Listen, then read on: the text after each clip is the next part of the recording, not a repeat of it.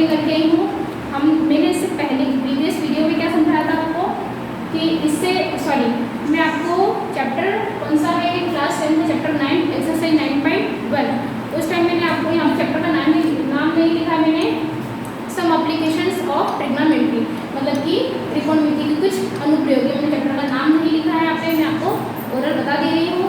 मैंने उस time part 1 समझाया था जिसमें सिर्फ एक ही एंगल बताया था, वो भी कौन सा, एंगल ऑफ एलिवेशन, ओनियन कोण बताया था। ये हमारा पार्ट 2 है। कौन सा पार्ट है? पार्ट 2 है जहाँ पे हमको angle of elevation and angle of depression दोनों एंगल्स हमको गिवन है क्वेश्चन में। तो आओ हम क्वेश्चन समझते हैं। क्या है हमारा? From the top of a 7 metre high. Question पढ़ लेते हैं पहले।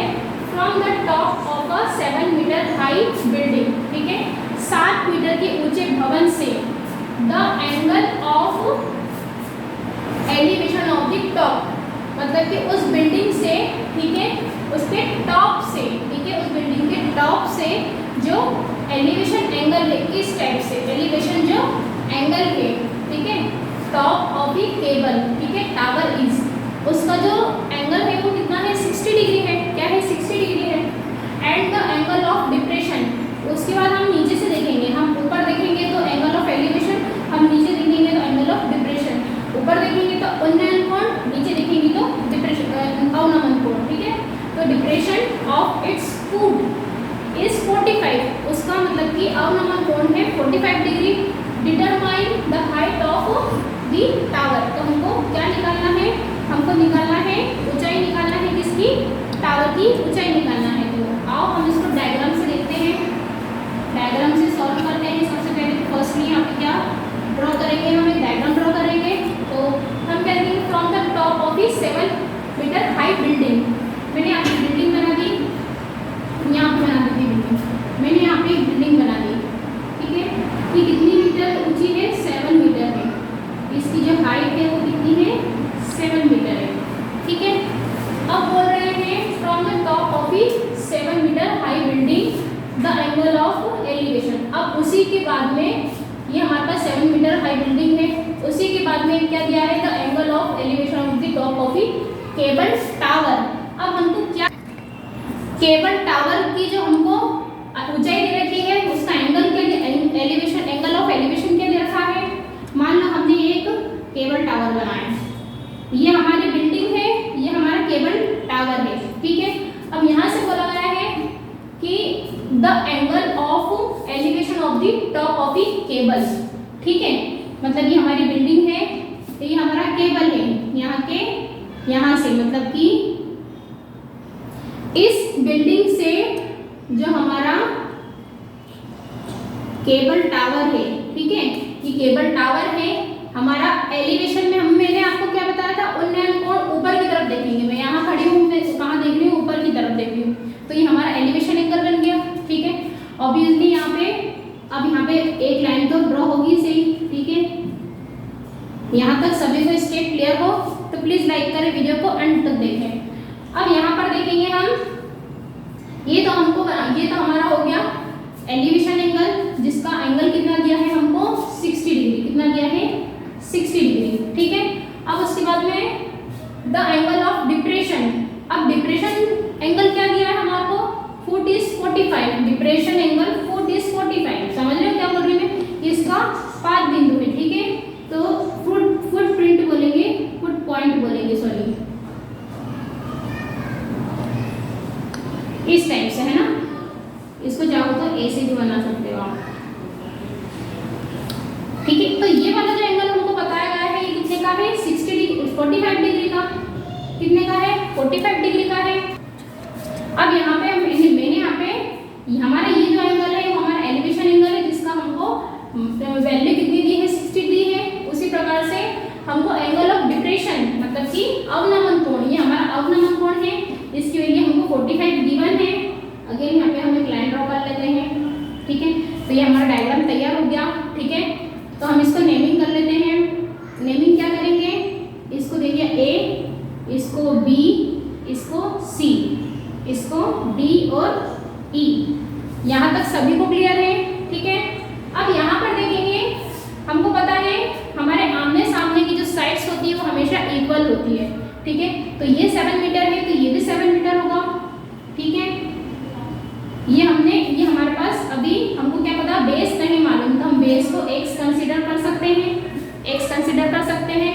अब जब हम अभी मैंने क्या बोला आपको, हमारी फ्रंट की जो साइड्स होती हैं, आमने सामने की जो भुजाएं होती है वो इक्वल होती हैं।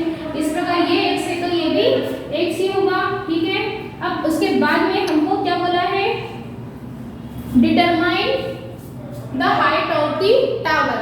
तो हमको टावर की क्या ज्ञात करना है, ऊंचाई ज्ञात करना है।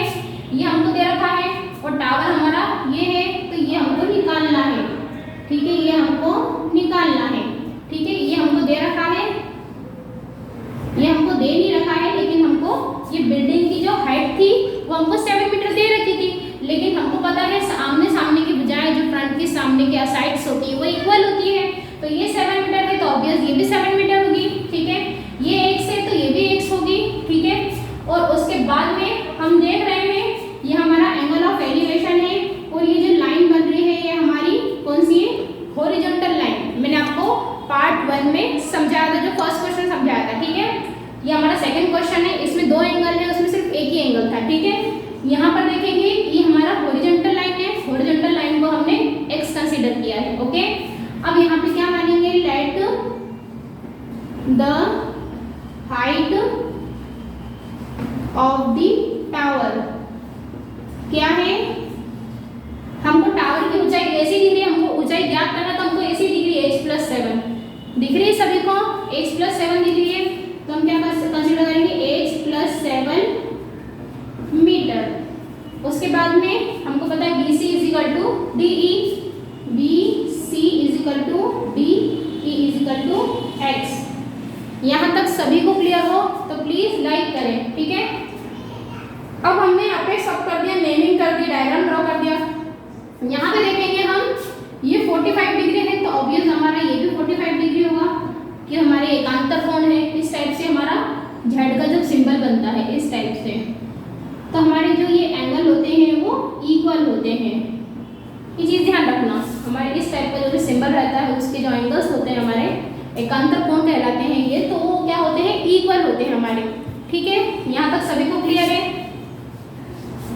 अब हम देखते हैं, अब हम क्या देखेंगे, एंगल BDE में हम या तो इस और उसके बाद में, हाँ ये हमारा राइट एंगल है, क्या है हमारा राइट एंगल है, ठीक है। यहाँ पे हमारे 2 राइट एंगल बन रहे हैं, ठीक है। एक तो यहाँ पे बन रहा है, यहाँ पे भी बन रहा है, ठीक है, और यहाँ पे भी बन रहा है, ठीक है। तो इतनी चीज सबको समझ में आई है, ठीक है। अब यहाँ देखेंगे हम, यहाँ देखेंगे एंगल BDE में, कौन से एंगल में देखेंगे, BDE मतलब ये वाला एंगल, मैं आपको लाइन खींच के बता रही हूँ, ये वाला एंगल,